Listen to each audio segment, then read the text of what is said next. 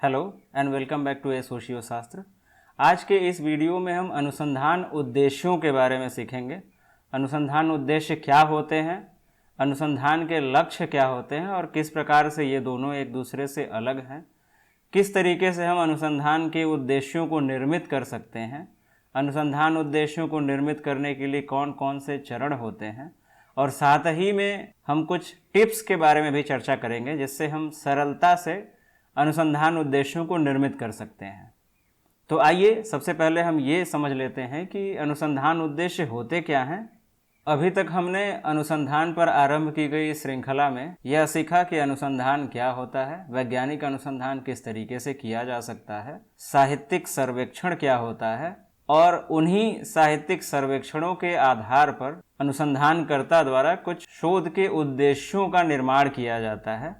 इन्हीं उद्देश्यों पर शोध की संपूर्ण आगामी रचना टिकी होती है।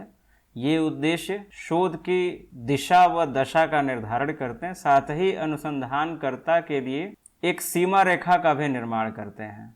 अनुसंधान के उद्देश्य यह बताते हैं कि अनुसंधानकर्ता संबंधित शोध विषय में क्या हासिल करना चाहता है तथा यह भी स्पष्ट करते हैं कि संबंधित अनुसंधान में अनुसंधानकर्ता क्या जानने अथवा तलाशने का प्रयास कर रहा है।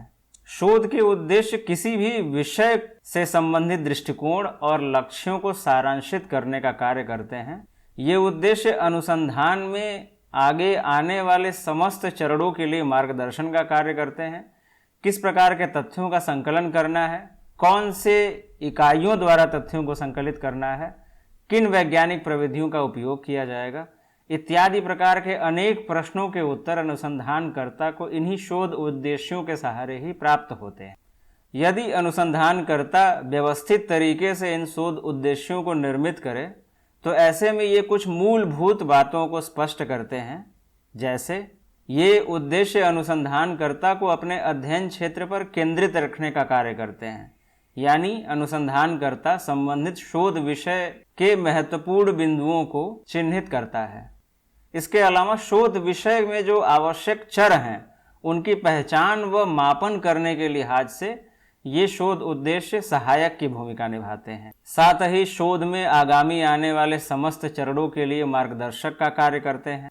अनुसंधानकर्ता के लिए अध्ययन की सीमा को निर्धारित करते हैं तथा ये उद्देश्य इस दिशा से भी कारगर सिद्ध होते हैं कि अनुसंधानकर्ता को अनावश्यक तथ्यों के संकलन से बचाने का कार्य करते हैं। इस तरीके से शोध के उद्देश्य शोध की संपूर्ण क्रियाविधि को सृजित करने, उसे नियंत्रित करने और संवर्धित करने में महती भूमिका का निर्वहन करते हैं। अब प्रश्न ये आता है कि अनुसंधान के उद्देश्यों का निर्माण कैसे होता है। अब इसमें सबसे महत्वपूर्ण संशय जो अनुसंधानकर्ताओं को रहता है वह यह है कि अनुसंधान के लक्ष्य और अनुसंधान के उद्देश्यों में क्या अंतर होता है। बहुधा अनुसंधानकर्ता दोनों को एक ही तरीके से समझने का प्रयास करते हैं, हालांकि इसमें आंशिक अंतर होता है। किसी भी शोध विषय के लिए शोध के लक्ष्य मूल रूप से एक व्यापक वक्तव्य होते हैं जिन्हें शोध समस्या के पश्चात और उद्देश्यों से पहले लिखा जाता है। मूल रूप से ये एक वृहद कथन होते हैं जो शोध की समय सीमा व दिशा का निर्धारण करते हैं। इसके इतर यदि हम शोध उद्देश्य की बात करें तो ये शोध के लक्ष्यों की अपेक्षा अधिक विशिष्ट होते हैं तथा शोध विषय के लिए केंद्रित दृष्टिकोण प्रस्तुत करने का कार्य करते हैं। शोध के लक्ष्यों यानी शोध के लिए निर्मित किए गए व्यापक कथन के ही विशेषीकृत स्वरूप के रूप में शोध के उद्देश्य हमारे मध्य उपस्थित रहते हैं। सार के रूप में यह कहा जा सकता है कि किसी भी अनुसंधान में शोध के लक्ष्य प्रायः एक अथवा दो हो सकते हैं, जबकि उन दो लक्ष्यों से कई शोध के उद्देश्यों का निर्माण किया जा सकता है। इन दोनों के मध्य के अंतर को हम एक उदाहरण की सहायता से सरलता से समझ सकते हैं। मसलन यदि हम शोध के लक्ष्य के तौर पर इस वाक्य को रखते हैं, बुजुर्ग लोगों के समूह में मांसपेशियों को बनाए रखने के लिए सहायक कारकों की जांच करना, यह एक शोध का लक्ष्य है। इन्हीं लक्ष्यों को हम 3 अलग अलग शोध के उद्देश्यों में वर्गीकृत कर सकते हैं। पहला, प्रतिभागियों के मध्य गतिहीन आदतों और मांसपेशियों के बीच संबंध का आकलन करना। दूसरा, प्रतिभागियों के मांसपेशियों के स्वास्थ्य पर आहार संबंधी कारकों, विशेष रूप से प्रोटीन की खपत के प्रभाव को निर्धारित करना, तथा तीसरा, प्रतिभागियों के मांसपेशियों के स्वास्थ्य पर शारीरिक गतिविधि के प्रभाव को निर्धारित करना। इस तरीके से हम किसी एक शोध के लक्ष्य को 3 अलग अलग शोध के उद्देश्यों में वर्गीकृत कर शोध के आगामी चरणों को व्यवस्थित दिशा प्रदान कर सकते हैं। अब आइए यह जान लेते हैं कि शोध के उद्देश्यों की प्रमुख विशेषताएं क्या होती हैं। इसमें सबसे पहली विशेषता है, शोध के उद्देश्य क्लियर होने चाहिए, साफ होने चाहिए, स्पष्ट होने चाहिए। चूंकि शोध के उद्देश्य संपूर्ण शोध के बारे में विस्तृत विवरण प्रस्तुत करने का कार्य करते हैं, अतः उन्हें स्पष्ट व पूर्ण रूप से परिभाषित होना अत्यंत आवश्यक होता है। इन उद्देश्यों से न केवल अन्य को शोध के बारे में व्यवस्थित जानकारी होगी, बल्कि स्वयं अनुसंधानकर्ता को भी अनुसंधान से जुड़े कई निर्णयों को लेने में सहायता मिलेगी। अनुसंधानकर्ता को शोध के उद्देश्य ऐसे बनाने चाहिए जो एक नज़र में स्पष्ट हो सके, तथा अनुसंधानकर्ता को इस संदर्भ में जटिलता संबंधी वाक्यों को उपयोग नहीं करना चाहिए। इसके बाद दूसरी विशेषता है अनुसंधान के उद्देश्यों का कंप्लीट होना, पूर्ण होना। यहाँ अनुसंधानकर्ता को यह ध्यान देने की आवश्यकता है कि शोध के उद्देश्यों में जो वाक्य वो उपयोग कर रहा है वो अपने आप में पूर्ण होने चाहिए, न कि टूटे हुए। टूटे अथवा अधूरे वाक्य अनुसंधानकर्ता को अनुसंधान के आगामी चरणों के दौरान कुछ समस्या उत्पन्न कर सकते हैं। साथ ही अनुसंधानकर्ता को इस बात का भी ध्यान रखना चाहिए कि जिन इकाइयों से उसे तथ्यों को संकलित करना है, यानी जिस जनसंख्या को वो अपने शोध इकाई के रूप में चयनित कर रहा है, उनका विवरण भी वह शोध के उद्देश्यों में दे। इसके बाद शोध के उद्देश्य स्पेसिफिक होने चाहिए, विशिष्ट होने चाहिए। यहाँ अनुसंधानकर्ता को यह प्रयास करना चाहिए किसी जनरल स्टेटमेंट को वह ना दे। किस प्रकार से अध्ययन किया जाना है, कहाँ अध्ययन किया जाना है, कैसे अध्ययन किया जाना है, इत्यादि प्रकार के प्रश्नों के उत्तर उसे शोध के उद्देश्यों के सहारे ही चयनित करने का प्रयास करना चाहिए। इसके उपरांत यह आवश्यक है कि अनुसंधानकर्ता शोध में उपयोग किए जाने वाले चरों को अपने उद्देश्यों में शामिल करे। यहाँ अनुसंधानकर्ता को शोध में सम्मिलित चरों को व्यवस्थित रूप से परिभाषित करना चाहिए। यदि आपका शोध प्रायोगिक प्रकार का है तो ऐसे में अनुसंधानकर्ता को यह भी निश्चित करना चाहिए कि कौन से चर स्वतंत्र हैं, कौन से आश्रित हैं। अंत में अनुसंधानकर्ता को यह भी यहाँ चिन्हित करना होगा कि संबंधित चरों अथवा घटनाओं के मध्य संबंध क्या है। कुछ शोध अध्ययनों में परिकल्पना होती है, हाइपोथेसिस का उपयोग किया जाता है। ऐसे में इन्हीं उद्देश्यों के सहारे अनुसंधानकर्ता को उस उपकल्पना से जुड़े चरों को परिभाषित करना होगा, तथा यह भी सुनिश्चित करना होगा कि वह उन चरों का परीक्षण करना चाहता है। हालांकि यह विशेषता केवल उन्हीं अनुसंधानों पर लागू हो सकती है जहां परिकल्पनाओं का निर्माण किया जाता है। इसके उपरांत आइए हम यह समझ लेते हैं कि शोध के उद्देश्य क्यों इम्पॉर्टेंट होते हैं, वह किस तरीके से शोध में महत्वपूर्ण भूमिका का निर्वहन करते हैं। शोध के उद्देश्य किसी भी शोध का दायरा व उसकी गहराई को निर्धारित करने का कार्य करते हैं। इस तरह से अनुसंधानकर्ता को संबंधित शोध विषय पर अनावश्यक भटकने की आवश्यकता नहीं पड़ती है, तथा साथ ही शोध के तरीकों व निष्कर्षों का मूल्यांकन करने में सरलता होती है। यह अनुसंधान प्रारूप को निर्मित करने में योगदान प्रस्तुत करता है। यदि अनुसंधान में प्रयुक्त उद्देश्य स्पष्ट हों तो अनुसंधानकर्ता सरलता से इस बात की जानकारी कर सकता है कि उसे अपने अनुसंधान में किस अनुसंधान प्रारूप का निर्माण करना है, कौन कौन सी वैज्ञानिक प्रविधियों का प्रयोग किया जाना आवश्यक है। साथ ही अनुसंधान के उद्देश्य यह भी निश्चित करते हैं कि यह अनुसंधान वर्तमान ज्ञान को किस तरीके से संवर्धित करेगा। यह अनुसंधानकर्ता को अपने ज्ञान को संवर्धित करने, वर्तमान शोध विधियों को निर्मित करने तथा हाल की क्रियाशील बहस में योगदान करने के प्रयास की अनुमति प्रदान करते हैं।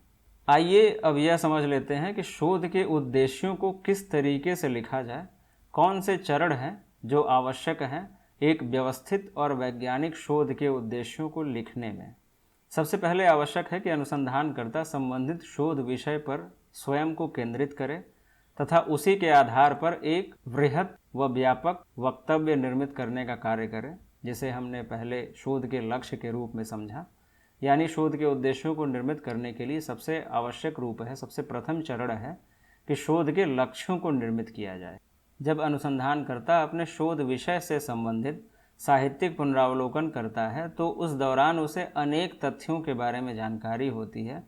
उन्हीं तथ्यों व संदर्भों के आधार पर अनुसंधानकर्ता एक शोध लक्ष्य का निर्माण करता है, यानी अनुसंधान विषय से जुड़ा एक केंद्रित वक्तव्य निर्मित करता है।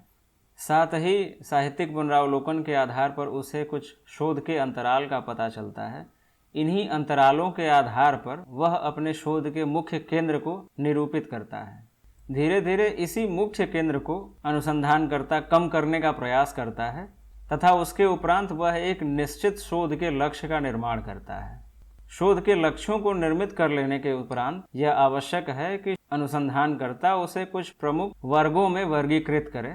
अनुसंधानकर्ता पूर्व में निर्मित किए गए व्यापक व विस्तृत वक्तव्य को कुछ छोटे छोटे वर्गों में वर्गीकृत करता है, छोटे छोटे चरणों में उसे विभाजित करता है तथा इसके उपरांत वह कुछ विशिष्ट संदर्भों को चयनित करता है। इसे हम एक उदाहरण के माध्यम से समझ सकते हैं। जैसे यदि अनुसंधानकर्ता द्वारा यह लक्ष्य निर्मित किया गया है कि कार्य वातावरण व्यक्ति के प्रदर्शन को कैसे प्रभावित करता है। अब यहाँ हम इस व्यापक व विस्तृत वक्तव्य को कुछ छोटे छोटे वर्गों में वर्गीकृत कर सकते हैं, छोटे विशिष्ट वक्तव्यों में उसे हम परिवर्तित कर सकते हैं। जैसे कार्य वातावरण को धूप से संबंधी प्रदर्शन प्रभावित करते हैं अथवा नहीं, या हम यह उद्देश्य निर्मित कर सकते हैं कि कार्य वातावरण बदलने से प्रदर्शन परिवर्तित होता है अथवा नहीं।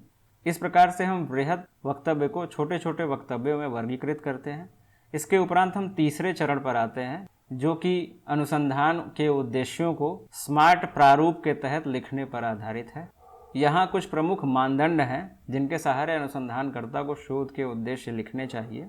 आइए स्मार्ट प्रारूप को समझते हैं। SMART। S मतलब स्पेसिफिक, विशिष्ट। M मतलब मिजरेबल, मापने योग्य। A यानी अचीवेबल, प्राप्त करने योग्य। R मतलब रेलेवेंट, प्रासंगिक। T मतलब टाइम बाउंड, समय आधारित। जैसा कि पहले भी बताया जा चुका है कि शोध के उद्देश्य विशिष्ट होने चाहिए। अनुसंधानकर्ता को इस तरीके से इन उद्देश्यों को निर्मित करना चाहिए कि स्वयं तथा साथ ही दूसरों के लिए उस उद्देश्यों के पढ़ने के दौरान कोई भी भ्रम या संशय की स्थिति उत्पन्न ना हो। इस तरीके से ये उद्देश्य संकीर्ण व केंद्रित तरीके के होने चाहिए। इस तरह से ये उद्देश्य संकीर्ण व केंद्रित प्रकृति के होने चाहिए। मापने योग्य, यानी ये उद्देश्य ऐसे निर्मित किए जाने चाहिए जिन्हें अनुसंधानकर्ता मापन हेतु उपयोग कर सके। अनुसंधानकर्ता को ऐसे उद्देश्य निर्मित करने चाहिए जिन्हें अनुसंधान के दौरान प्राप्त किया जा सके।